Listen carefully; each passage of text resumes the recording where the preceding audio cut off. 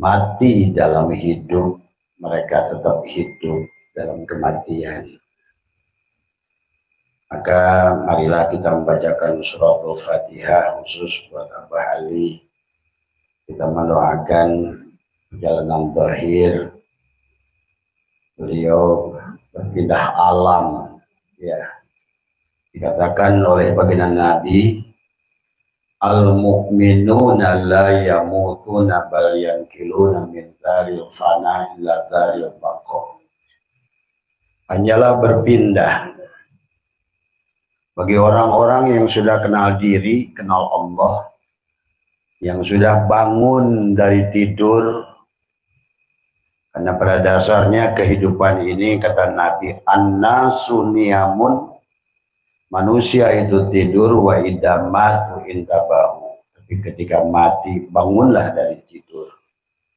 Tapi orang yang sudah al-mutu qabla antamutu, sudah mengerti tentang siapa dirinya, yang sudah belajar mati sejeroning urip, maka sesungguhnya mereka adalah justru masuk pada kehidupan yang nyata. Walaupun hari ini adalah kehidupan palsu, ya, bagi yang belum paham tadi semua. Mari bacakan surat Al-Fatihah khusus kepada Abah Ali. Kita antarkan beliau, ya. Tapi yang kedua kita doakan juga adalah para keluarganya, Umi, para putra, para cucu, cicit, semua keluarga besar. PKN adalah benteng senantiasa wa'tasimu bihablillah, terus dalam menjaga jamiah, ya. Mari kita adalah bacakan surat Al-Fatihah. Al-Fatihah. A'udzubillahi minasyaitonirrajim. Bismillahirrahmanirrahim. Alhamdulillahi rabbil alamin, arrahmanirrahim, maliki yaumiddin. Iyyaka na'budu wa iyyaka nasta'in. Ihdinas siratal mustaqim. Siratal ladzina an'amta 'alaihim ghairil maghdubi 'alaihim waladdallin. Jamaah sekalian, kesempatan yang kita atas izin Allah pada malam hari ini, tidak ada guru dan murid, tidak ada yang lebih tinggi. Abah yang bicara di sini adalah hanya corong saja. Marilah kita tempatkan sesungguhnya diri kita semua di sisi Allah sama rendah. Tidak ada yang lebih tinggi, walaupun barangkali Abah sekarang duduk di atas kursi, tapi secara martabat bisa saja yang duduk di bawah jauh lebih tinggi daripada Abah. Maka oleh karena itu yang bicara bukan siapa-siapa, bukan apa-apa, tidak bisa apa-apa, tidak tahu apa-apa, tidak punya apa-apa. Semoga kita semua adalah sama rendah di hadapan Allah. Manusia itu hanya mulia karena bersama dengan Allah. Tidak ada manusia yang mulia. Ruang dan waktu. Tubuh kita manusia juga sama, adalah ruang dan waktu. Mulianya ruang dan waktu, ya, pada diri di luar diri karena adanya Allah. Seseorang dianggap mulia karena bersama dengan Allah. Sebuah tempat mulia karena adanya Allah. Maka marilah kita bagi orang-orang yang belajar takhalli, mengosongkan dirinya, untuk tahalli, melahirkan sifat-sifat Allah pada tubuh ini. Allah adalah Maha Pemaaf, Allah itu Raufur Rahim, Allah itu Ghafurur Rahim, Allah itu Afuwun Karim. Maka marilah lahirkan pada tubuh ini sifat Allah. supaya kita senantiasa dia tajalli pada kita. Dia tajalli pada kita kalau kita adalah takhalli. Apa itu takhalli, tahalli, tajalli? Karena pada dasarnya perjalanan setiap makhluk kita harus paham. Maka itulah Abah buat judul, karena dari pertanyaan kiri kanan udah simpulkan saja judulnya mengenal diri. Mengenal diri bukan tahu nama diri saja, bukan tahu diri orang mana, bukan tahu adalah diri anak siapa, bukan tahu diri agama apa, tapi sebenarnya diri, sejatinya diri. Nah inilah banyak manusia tidak paham. Segala yang nampak, yang nyata pada diri, di luar diri, pada dasarnya adalah kekosongan. Maka tadi Allah itu nyata pada saat dia semakin tidak nyata, semakin nyatalah hal yang ada itu hanya Allah. Tapi makhluk ini semua gaib. Tidak usah mencari Allah, yang harus dicari si diri itu. Allah tidak pernah kemana-mana, yang hilang itu diri, yang gaib itu diri tadi. Awalu dini ma'rifatullah, agama itu kenal Allah. Tapi tidak ada yang kenal Allah kecuali kenal diri. Man arafa nafsahu faqad arafa rabbahu. Siapa kenal dirinya? Diri yang mana? Yang hidup. Siapa hidup? Yang wujud, yang berkalam, yang mendengar, yang berilmu, yang bergerak, yang diam pada diri. Maka dia tidak kenal kepada Tuhannya. Maka itulah man arafa nafsahu faqad arafa rabbahu. Tidak ada yang bisa mengenal diri. Tidak ada yang bisa mengenal diri kecuali dia mengenal. Tidak ada yang bisa mengenal Allah kecuali dia mengenal diri. Mengenal sejatinya diri tadi semua. Tetapi disinilah persoalannya antara diri dan di luar diri adalah kalau kamu yang ada, Allah yang tidak ada. Ya. Itulah persoalan. Kenapa manusia sulit mengenal Allah? Karena yang ada diri. Maka itulah Syekh Arsad Banjari pernah menyampaikan, 20 tahun aku pergi ke Hijaz untuk mengenal Allah dan Rasulullah. Aku tidak bertemu dengan Allah dan Rasulullah. Tapi pada saat aku kembali ke kampungku, yaitu pada diri, pada tubuh, ya, maka barulah aku mengenal Allah dan Rasulullah. Makanya di dalam kitab Tanwirul Qulub, Syekh Amin Al-Qudi berkata, orang yang tidak mau mengenal diri sama dengan orang yang tidak mau mengenal Allah. Orang yang tidak mau menghilangkan diri sama saja dia tetap tidak mau berjumpa dengan Allah tadi. Nah, disitulah kunci rahasia dia dari awal.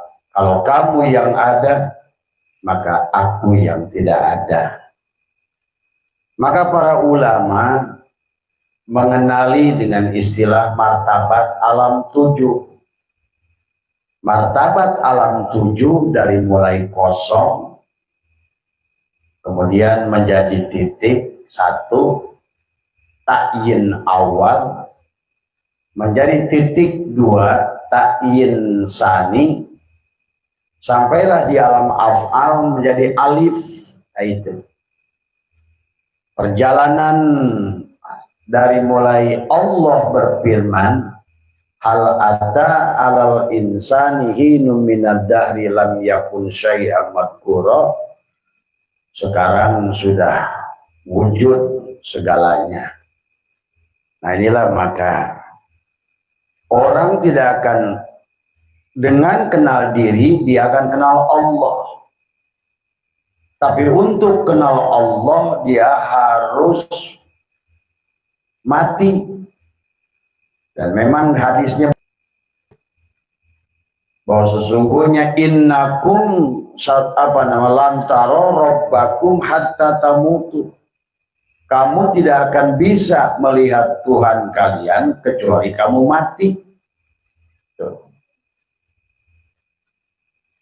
Tadi. Maka disinilah yang kata Abah tadi contohkan antara kaca dan gelas kaca, antara asbak kayu dan kayu. Maka dia ada kalau kamu tidak ada. Kalau kesadarannya pada asbak kayu, yang ada hanya asbak kayu, hilanglah kayunya. Kalau kesadarannya pada gelas kaca, hilanglah kacanya. Maka yang ada hanyalah gelas kaca. Demikianlah dari awal. Maka dari martabat alam 7 tadi, pada saat Allah ingin dikenali, ya Allah berfirman, ana kuntu kanzan mahfiyah. Aku ini tersembunyi dan tertutup, goibul goib.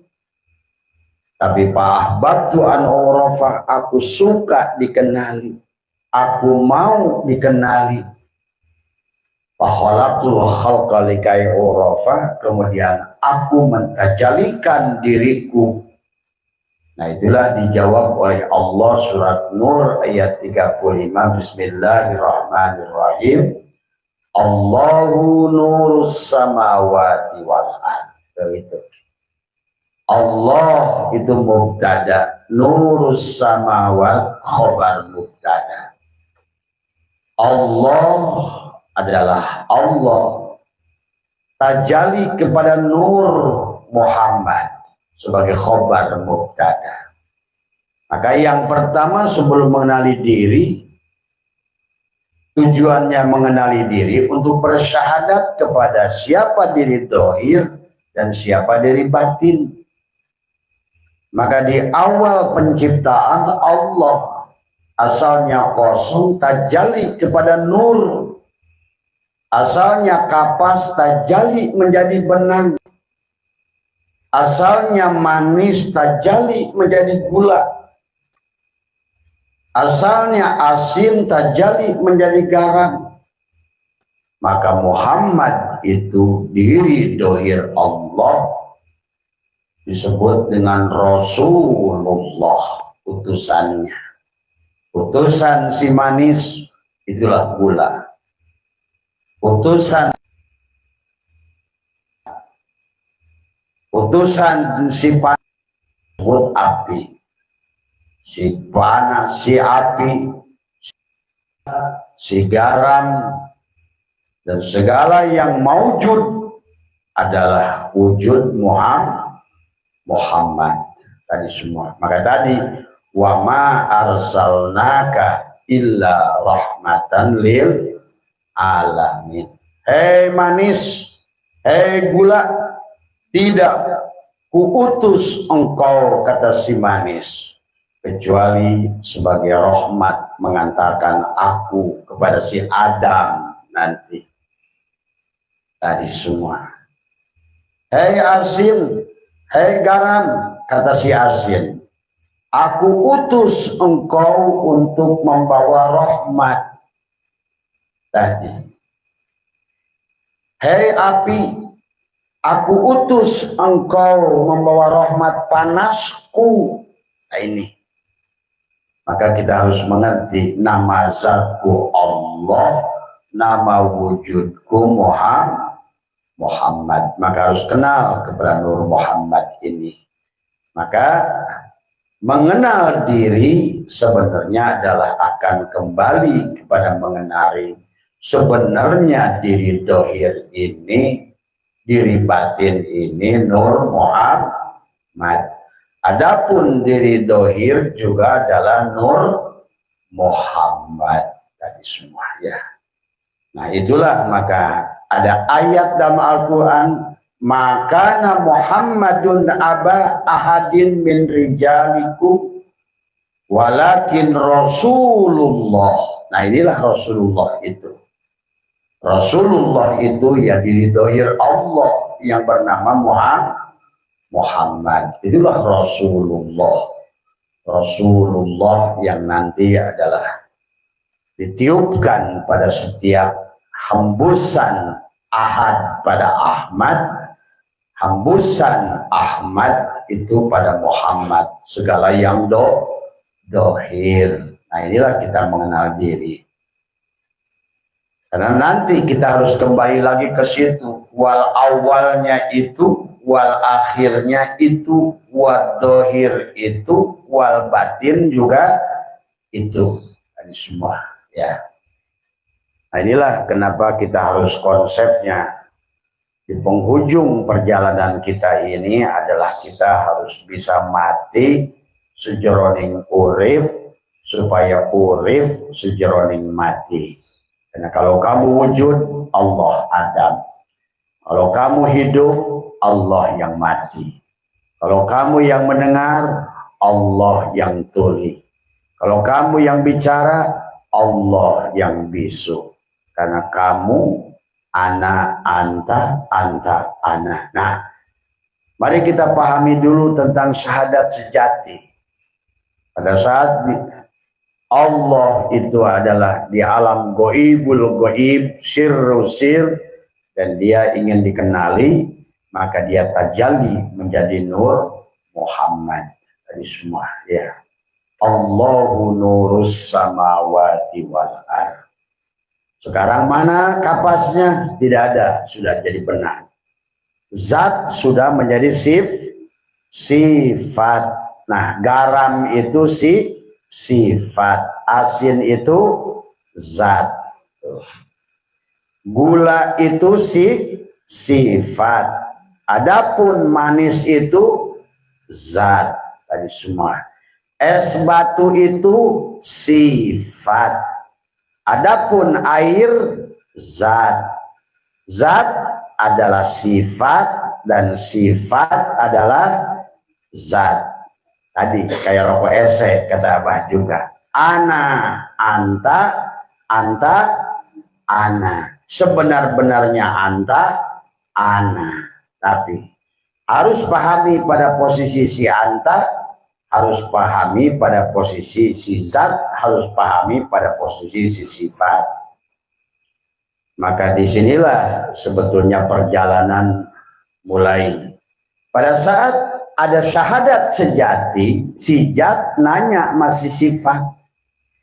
Nah, buat contoh apa dalam diri kita? Kata Abah, bapak, ibu bercermin. Tadi kan segala isi alam ini al-alamu mir'atu al-haq. Alam ini cerminan Allah al-haq. Apa itu disebut cermin? Cermin itu alat untuk melihat. Dia ingin melihat dirinya di luar dirinya. Itulah zat tazali kepada sifat tadi semua. Maka pada saat zat tajali pada sifat, katakanlah bapak dan ibulah si zat itu berdiri di depan cermin. Maka di depan cermin itu ada bayangan enggak? Ada bayangan. Yang bayangan di cermin itu bapak dan ibu bukan?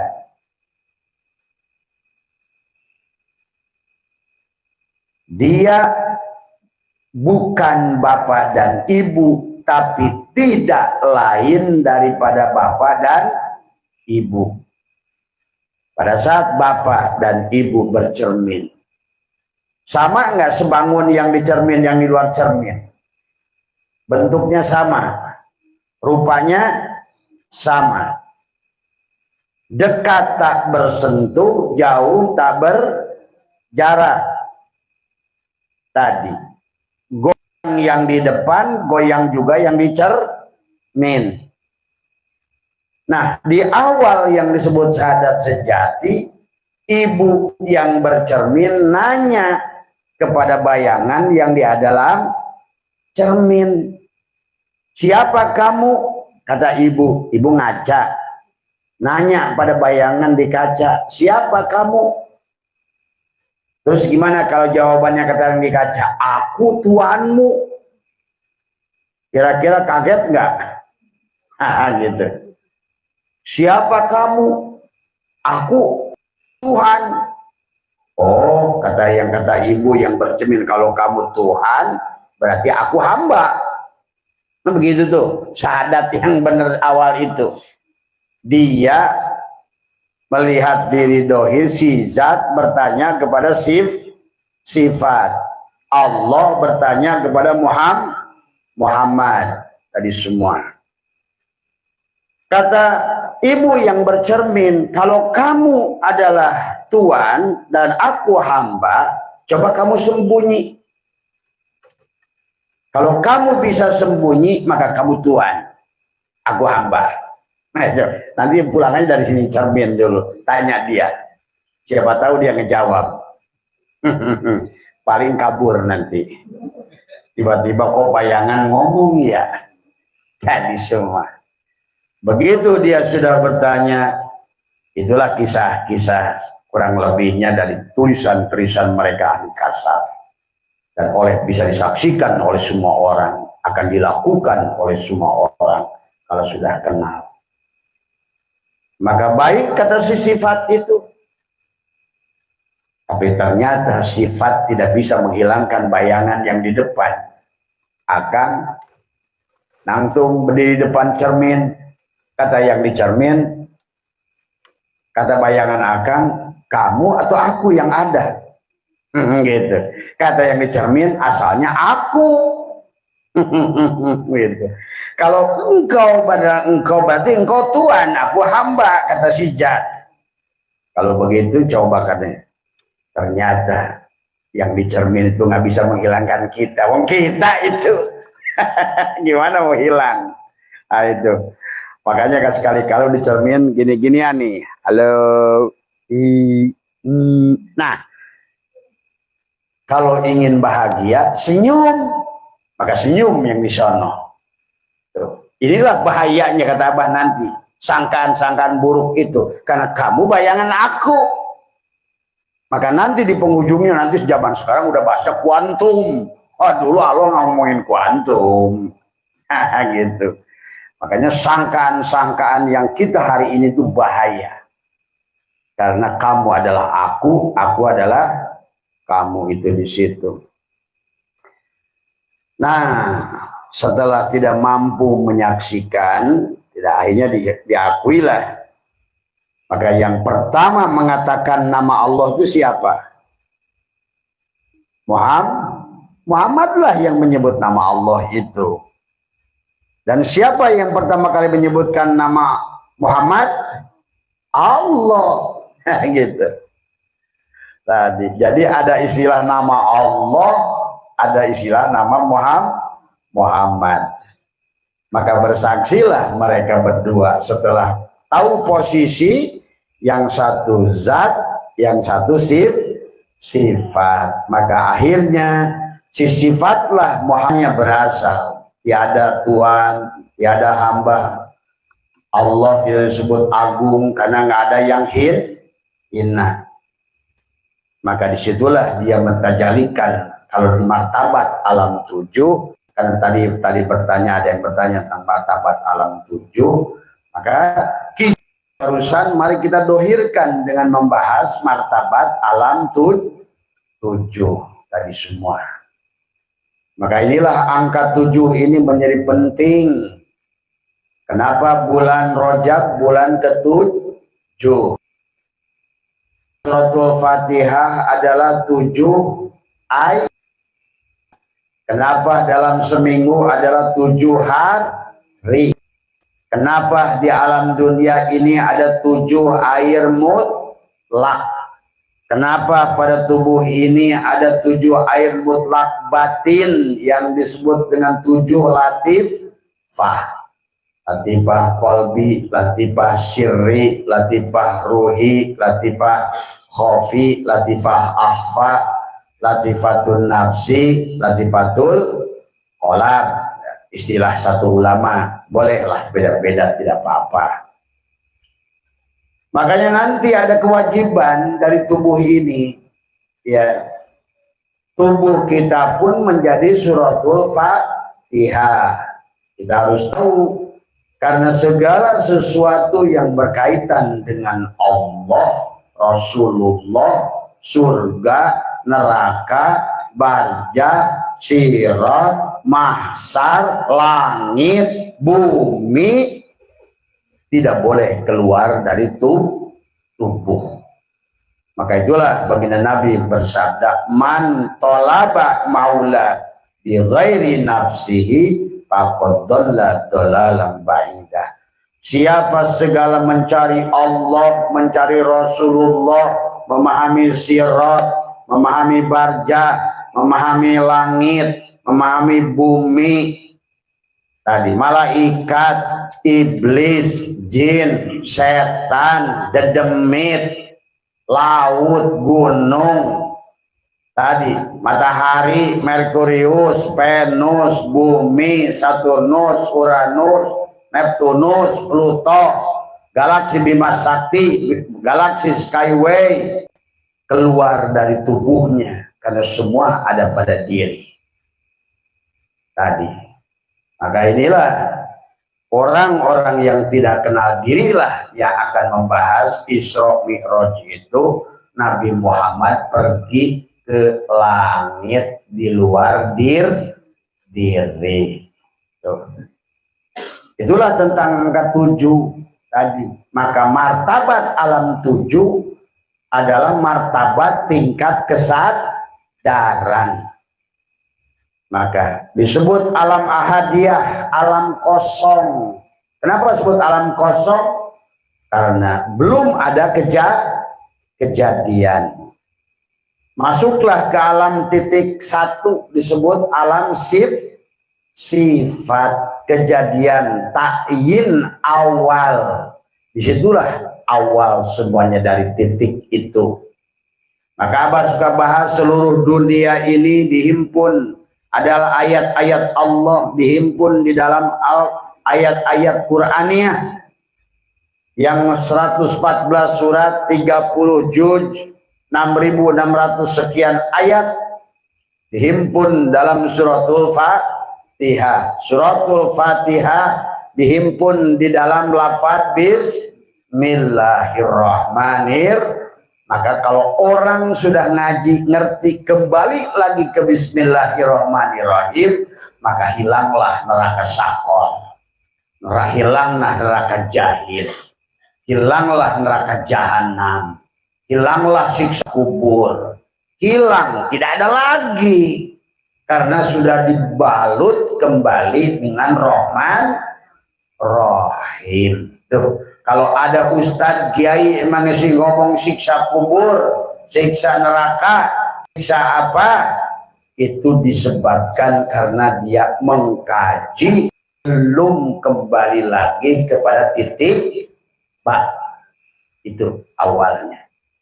Maka kenapa Abbas itu bilang, kalau di sana di kuburan itu disiksa, nggak usah ngomong susah-susah, nggak usah takut lagi, bilang aja, saya udah serahkan sisa kubur saya ke Abbas itu. Ayo. Makanya orang yang sudah begitu berani menjamin, karena bukan dirinya, dia yang menjamin tadi semua, karena semua berasal dari titik kasih sayang itu, titik itu. Maka dikatakan bikana makana biyakunu mayakunu pawujudul awal ini. Karena adanya aku dan segala yang belum ada karena adanya aku. Itulah titik tadi, ta'yin awal sifat. Maka dikatakanlah dalam hadis, lawalaka lama khalaqul aflak. Kalau bukan karena aku, tidak adalah semuanya. Betul. Maka wal awal wal akhir wal dhahir wal batin pada titik yang sama. Tadi di situ semua.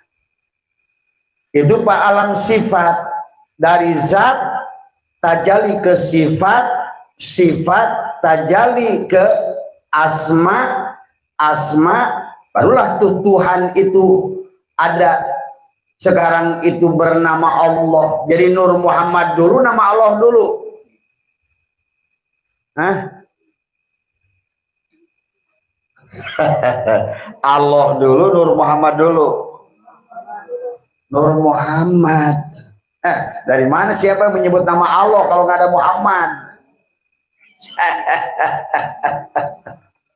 Tadi orang suka ketipu.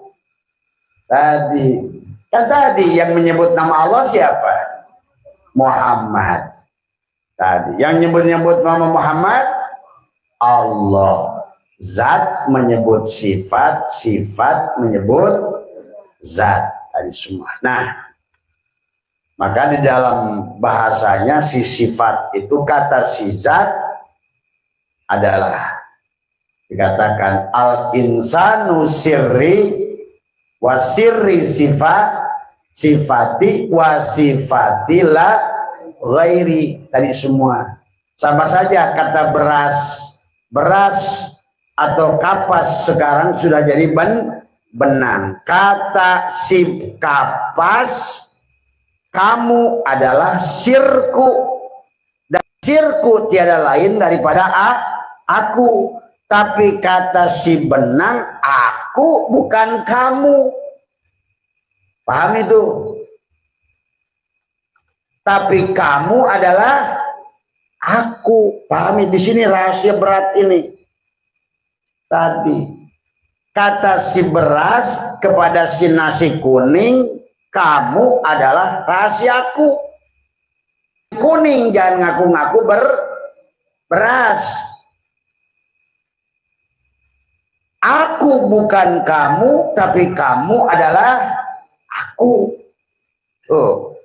Ini kan banyak orang suka ilmu ma'rifat. Akhirnya ngaku Allah. Akhirnya dituding orang yang belajar ilmu ma'rifat itu katanya ingin jadi Allah gitu. Ingin jadi Allah. Padahal inilah yang harus dipahami tentang zat, sifat, asma, af'al nanti. Nah itulah siapa kenal dirinya, dia akan kenal Tuhannya. Ya. Maka setelah dari alam yang disebut alam ahadiyah turun ke alam wahdah, turun wahidiyah, turun ke alam arwah. Nah disitulah Allah ada dua af'al. Af'al yang pertama, Allah tajalikan dirinya menjadi isi alam dunya. Tuh, dari kan tadi kata Abah, titik itu seumpama proyektor. Dari proyektor itulah terpancar Nur Muhammad. Tuh. Ada cahaya merah disebut narun. Cahaya kuning disebut hawaun. Cahaya putih disebut maun. Cahaya hitam disebut turobun. Tuh. Nanti di Arab af'al, cahaya merah itu menjadi alif di alam asma. Cahaya kuning itu menjadi lam awal. Cahaya putih itu menjadi lam akhir. Cahaya hu itu kegelapan itu menjadi hu. Jadilah dia itu cahaya mim ha mim dal. Nur Muhammad itu menjadi alif lam ha. Itu di alam asma disebutlah Allah oleh Muhammad. Tuh. Makanya Muhammad dan Allah itu adalah seperti gula dan manis, bayang-bayangan bersentuh di situ. Ya, yang harus dipahami kepada kita. Nah, pada saat di alam af'al dari nurnya lapan Allah itu jadilah segala api alam ya terjadi itu nyata dohir dari narun itu menjadi segala api. Jadi semua api di alam dunia itu wujud dohir narun. Tuh. Adapun segala angin di alam dunia ini wujud dari hawaun. Angin menjadi angin alam dunia. Dari hawaunnya itu terjadi lagi dari semua maun. Cahaya putih itu menjadi air alam dunia. Dan dari cahaya gelap itu tajalilah dari hu menjadi tanah alam dunia. Tuh. Maka muncullah kewajiban karena asalnya dari nur tasdid sekarang sudah berubah jadi alif. Alif sudah nambah jadi alam awal. Lam awal menjadi lam akhir. Lam akhir menjadi hu atau nur. Tajali menjadi api. Tajali menjadi angin. Angin menjadi air. Air menjadi tanah. Nah, itulah di alam af'al yang pertama. Alam dunia duluan. Maka dikisahkan disitulah awal penciptaan manusia. Kembali ada dua af'al. Af'al yang pertama dia tajali menjadi isi alam dunia ini. Maka Ibnu Arabi menyebutkan al-alamu mir'atu al-haq. Berarti alam dunia ini disebut alam kabir, Allah gede, gitu. Allah besar. Dari itu ditajalikan lagi. Kita diciptakan, Adam ini diciptakan dari unsur itu tadi. Maka sama kalau di alam ini dohir dan batin, la ilaha illallah Muhammadur Rasulullah. Maka pada Adam pun batinnya la ilaha illallah, dohirnya Muhammadur Rasulullah. Maka disebutlah alam sogir dan alam kabir. Maka apa? Dunia ini bisa hancur gara-gara alam sogir yang hancur. Kalau alam sogirnya manusia adalah lebih banyak mengeluarkan sifat api, maka gunung berapi akan bereaksi. Jadi sebetulnya yang menjadikan gunung-gunung api ini meletus, kita manusia remote control tidak mampu menahan nafsul amarah atau sifat api yang ada pada jasad. Kalau seandainya manusia tidak imsak, tidak mampu menahan sifat angin, maka yang terjadi siap-siap alam dunia ini puting beliung, topan, tornado akan menjadi, karena kita yang mengaktifkan. Tapi kalau manusia tidak mau mensucikan dirinya, tidak mau wudhu, tadi apa itu wudhu? Wudhu bagaimana mengembalikan kudrat, irodat, hayat, ilmu, sama, kalam, basor dengan air tadi. Maka siap-siap manusia yang tidak mau menjakatkan dirinya. Maka tadi dari tasdidnya datang perintah, alifnya datang perintah sholat. Dari lam awalnya datang perintah saum. Dari lam akhirnya datang perintah zakat. Dari hu-nya datang perintah haji. Berarti kalau begitu syahadat, sholat, zakat, puasa, haji itu sebetulnya tasjid alif lam lam ha. Tuh.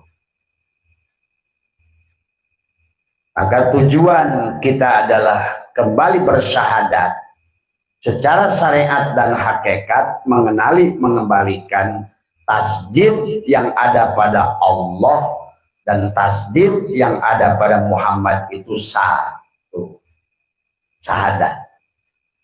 Maka tadi man arafa nafsahu faqad arafa rabbahu. Siapa dia mengenal dirinya, dia akan kenal dengan Robnya. Jadi syahadat. Maka tadi mengenal diri itu untuk bersyahadat. Mengenal diri itu untuk menyaksikan sebenar-benarnya diri dohir dan diri batin itu hanyalah Allah. Tuh, syahadat. Aku bersaksi, kata diri dohir, sebenar-benarnya hidupku Allah. Dan juga hidup Allah bersaksi, sebenar-benarnya engkau diri dohir Muhammad. Paham itu? Ya. Itu saling menyaksikan. Ya. Itulah yang harus, maka adalah sholat hakikat dan sholat syariat, zakat syariat, zakat hakikat. Maka diawali dengan syahadat syariat dan syahadat hakikat.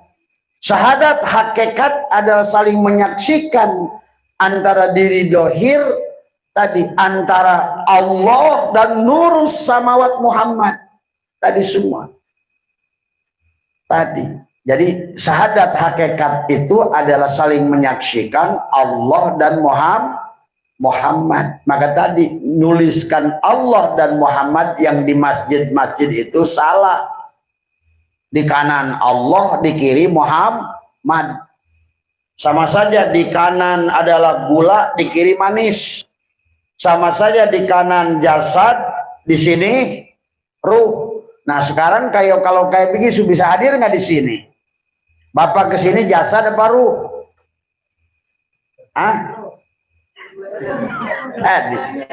Kalau seandainya yang datang ke sini adalah manis, berarti hantu nih semua. Tapi kalau yang datang ke sini gula, jasad, berarti yang datang ke sini mayit. Makanya sebenarnya manis dan gula tidak bisa dipisah. Dohir batin tidak bisa dipisah. Karena tadi segagah-gagahnya setrum, teriak-teriak dia. Gitu. Hei, kalau tanpa lampu, maka kata Abah, Allah itu nggak nyata nih tanpa yang begini nih. Tadi semua. Dari mana kudratku ada kalau nggak ada tanganmu? Tuh, akhirnya kalau sudah kenal Allah, gagah tanganmu itu karena kau kenal. Dari mana buktinya dia itu akan basor tanpa ada matamu itu? Tadi, di mana samanya dia itu tanpa telingamu itu? Di mana kalamnya dia itu tanpa mulutmu itu? Maka firman Allah yang disebutkan dengan Al-Quran seumpama pita kaset yang belum diputar, walaupun 30 juz, gak ada suaranya. Karena Allah itulah sautin lahar, maka butuh bibir Muhammad, ibaratkan tipnya. Maka muncullah begitu dimasukkan itu, keluarlah firman Allah itu pada lisan Muhammad. Tadi semua. Jadi sebagus apapun kaset, kalau nggak diputarkan oleh tip recorder, bunyi nggak? Nggak bunyi. Allah itu tetap gaib. Maka inilah kebodohan. Kalau kita ngerti begitu, sebetulnya dunia ini tidak akan tidak ada. Wong dari awal dia ingin eksis, dari awal dia ingin nyata. Nah masa inilah konsep, kembali lagi, manusia yang belum paham ya tentu sulit, tidak apa-apa gitu. Jadi paham ya datangnya rukun Islam dari mana? Dari tasjidnya lafaz Allah datang perintah dua kalimat syahadat. Sebenarnya diri batinmu Allah, diri dohirmu Muhammad. Setelah aku menyaksikan diri dohirku Muhammad, diri batinku Allah, maka tugas si aku mendirikan itu, terus menyaksikan itu yang disebut dengan sholat. Tadi setelah si diri menyaksikan diri dohir, diri batin, maka sekarang si diri mendirikan si diri dohir dan batin itu yang disebut dengan sholat. Sholat itu yang alif tadi. Diri dohir, diri batin itu tasjidnya. Nah, itulah si aku. Pada saat si aku sudah sholat yang berdiri si diri dohir dan diri batin, maka sekarang yang sebenar-benarnya itu kita harus zakat. Zakat itu menzakatkan mata kita, dijadikan alat untuk Allah melihat lewat mata kita. Jadi zakat lewat mata itu liko dengan Allah pada penglihatan. Pada saat kita mengembalikan la basirun, tidak ada penglihatan kecuali penglihatan Allah. Tuh. Tapi basirun tadi, basor, basir, dan mata. Adakah basirnya Muhammad dan basornya Allah tanpa mata Bapak? Nggak bisa. Maka tadi kita ini tidak bisa. Adam, Muhammad, Allah, mata. Jadi inilah tiga tapi nur insan, nur Muhammad, Nurullah. Maka inilah kalau ngerti kayak begini, ya dunia ini tidak akan tidak ada. Ini kenyataan dia, wujudnya dia. Tadi semua. Setrum itu tidak nyata kalau nggak ada bohlam. Maka kata si setrum ngomong, apa suka contohkan syahadatnya si bohlam. Si bohlam bersahadat, kata si bohlam, asyhadu alla ilaha, aku bersaksi tiada yang terang pada diriku kecuali setrum. Dan setrum pun ngomong, wasyhadu anna Muhammadur Rasulullah, aku pun bersaksi wahai bohlam, kalau nggak ada engkau aku tuh nggak nyata loh. Nah itu, aku adalah engkau, engkau adalah aku, engkau rahasiaku. Tuh, sebetulnya pada semua benda ini mengajarkan dua kalimat syahadat. Pada kipas muter itu, kalau kipas bersahadat asyhadu alla ilaha illallah, aku bersaksi, kata kipas, tiada yang menggerakkan aku hidup kecuali setrum. Tapi si setrum ngomong wa asyhadu anna Muhammadur Rasulullah. Hei kipas, kalau bukan karena engkau nggak ada aku yang disebut angin. Yang tadi kata lampu, nggak ada aku yang disebut cahaya. Maka seluruh isi alam ini kenapa dua-dua? Dohir batin, manis dengan gula, garam dengan asin, gurih dengan mecin, semua ya. Maka ibu bapak bisa menyaksikan di seluruh isi alam ini diri batinnya Allah, diri dohirnya Muhammad dari semua ya. Maka itulah, biasakan, kata Abah, menekuk lidah, menyerahkan Inilah kalau pemahamannya sudah ngerti. Berarti kalau begitu syahadat itu dari tasjidnya lafaz Allah dan tasjidnya lafaz Muhammad. Adapun sholat itu yang harus ditegakkan. Makanya orang yang sudah ngerti diri dohir dan diri batinnya selamanya sholat. Maka pantas perintah sholat dalam Al-Quran, aqimis sholat. Aqimis sholat fi'lun amrinnya adalah aqoma yukimu iqom, dimana muta'adi, berarti selama bohlam dan setrum itu nyatu, dia selamanya selama ruh dan jasad itu jalan, berarti selamanya sadar. Tapi kalaupun antum tadi sholat syariat tapi nggak sadar yang sholat itu yang batin, itu namanya mabuk.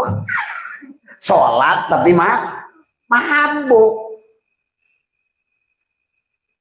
Tadi maka harus disitulah disadari syariat dan hakikat. Pada saat kita sholat syariat, justru saksikan pada saat kipas itu mutar, saksikan sebetulnya yang kerja itu setrum sama. Maka disitulah kenapa tidak boleh dipisah sholat syariat dan sholat hakikat sebetulnya.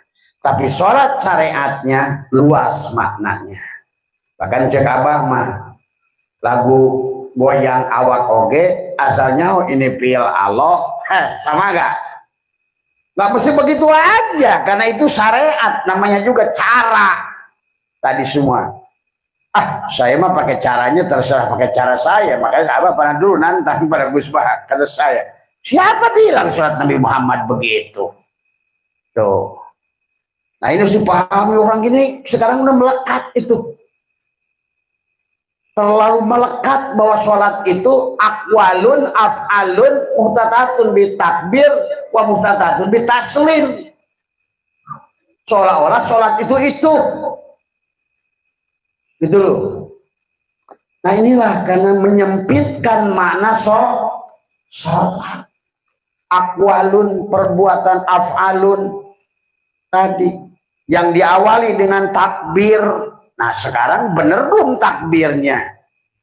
Kalau belum mengenal diri, dia takbirnya juga tidak akan karena bilang Allahu Akbar itu kalau sudah hilang semua dunia. Ini yang sholat dia, maka didampar oleh Allah, wa makana sholatuhum indal baiti illa muka'a wa tasdiyatan. Sholat mereka itu di masjid mereka itu hanya siulan dan tepuk tangan, hanya orang-orangan di sawah.